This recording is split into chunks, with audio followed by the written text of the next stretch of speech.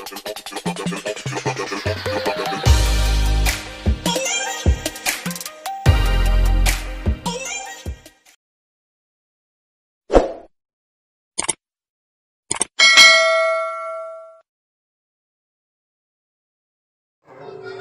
कैलाश दास शिक्षक बंदेहार एक मिशन का सच्चा सिपाही के नाते हम आप सबों को क्रांतिकारी जय भीम से आप लोगों को अभिनंदन करता हूँ। साथ ही आपको नमो बुद्धाय, जय भीम, जय गुरुदेव, जय भारत, जय संविधान, जय मूल्यवासी से आप लोगों को हार्दिक रूप से अभिनंदन। सत्य है मेरे साथियों, और सत्य है ये मेरे साथियों, जय भीम बोलने से इंसान को इंसान की पहचान होती है। तो हम चाहेंगे अपने महापुरुषों का एक बार जो है जोर शोर के साथ जो है जय जयकार किया जाए। तो हम चाहेंगे पहले दोनों हाथों से उनका जो है हाथ उठा करके उनका जय जयकार करेंगे। मैं माताओं से भी अनुरोध करना चाहूंगा और आगे सुनने हम लोगों के लिए क्या किया है। और तो हम चाहेंगे दोनों हाथ से जो है ऊपर उठ करके जो है जय जयकार करेंगे। जय जय जय जय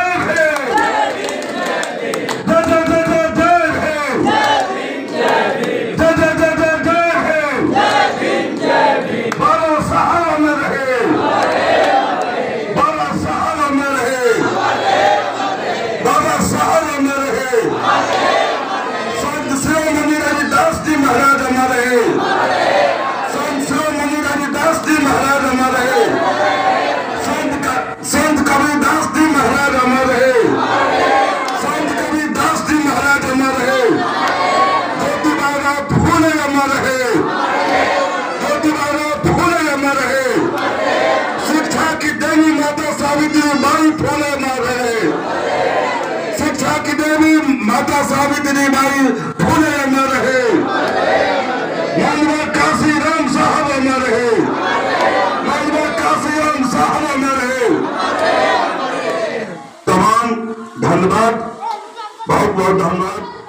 दबे कुचले शोषित पीड़ित समाज के जीवन में शिक्षा का बीज रोपित करने वाले, समाज के मुख्य धारा में लाने वाले महात्मा ज्योतिबा फूले महामना महापरिनिर्वाण प्राप्त ज्योतिबा फूले को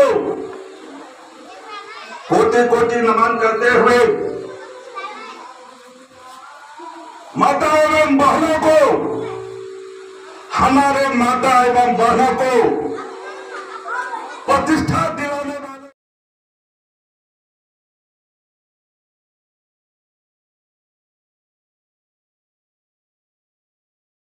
देखने का हम लोगों को नहीं मिल रहा है तो बहुत बड़ा दुखी होते हैं। क्योंकि इस दौर का जैसे हम प्रवेश किए देखा तो मैं बड़ा खुश हुआ कि मैं जा रहा हूँ पहली बार संभाल रहा हूँ। और जहाँ हम बैठे हुए हैं यहाँ हम 100 आदमी आकर के बैठे हुए हैं, लेकिन यदि 10 लोग बाहर के लोग आके देखेंगे तो कहेंगे देखिए क्या व्यवस्था है। कारण क्या है? हमें कमी है, अपने पास पैसा नहीं है, सब कुछ है।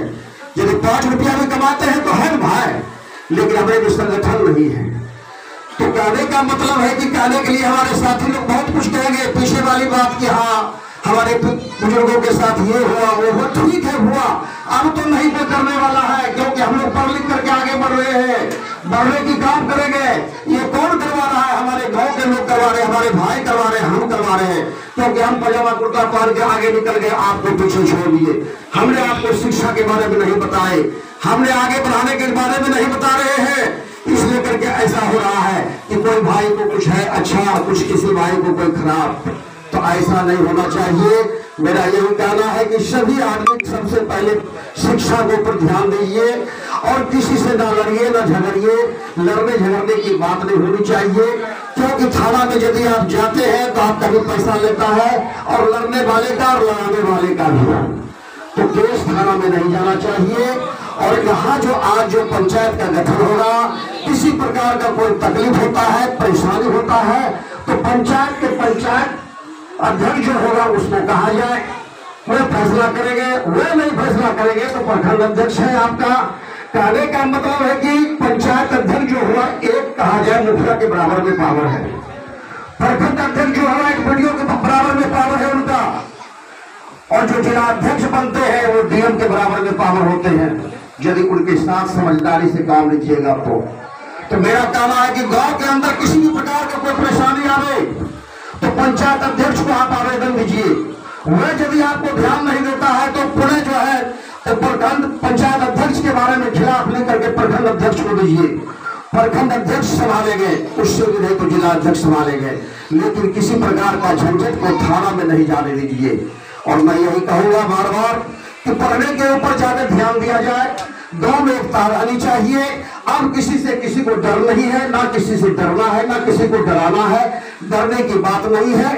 और कभी किसी के बहकावे में नहीं पड़िए, ये है वो कह दिया, वो सुन लिया, ये सुन लिया, तो ऐसी बात नहीं है। सब कुछ ठीक हो जाएगा।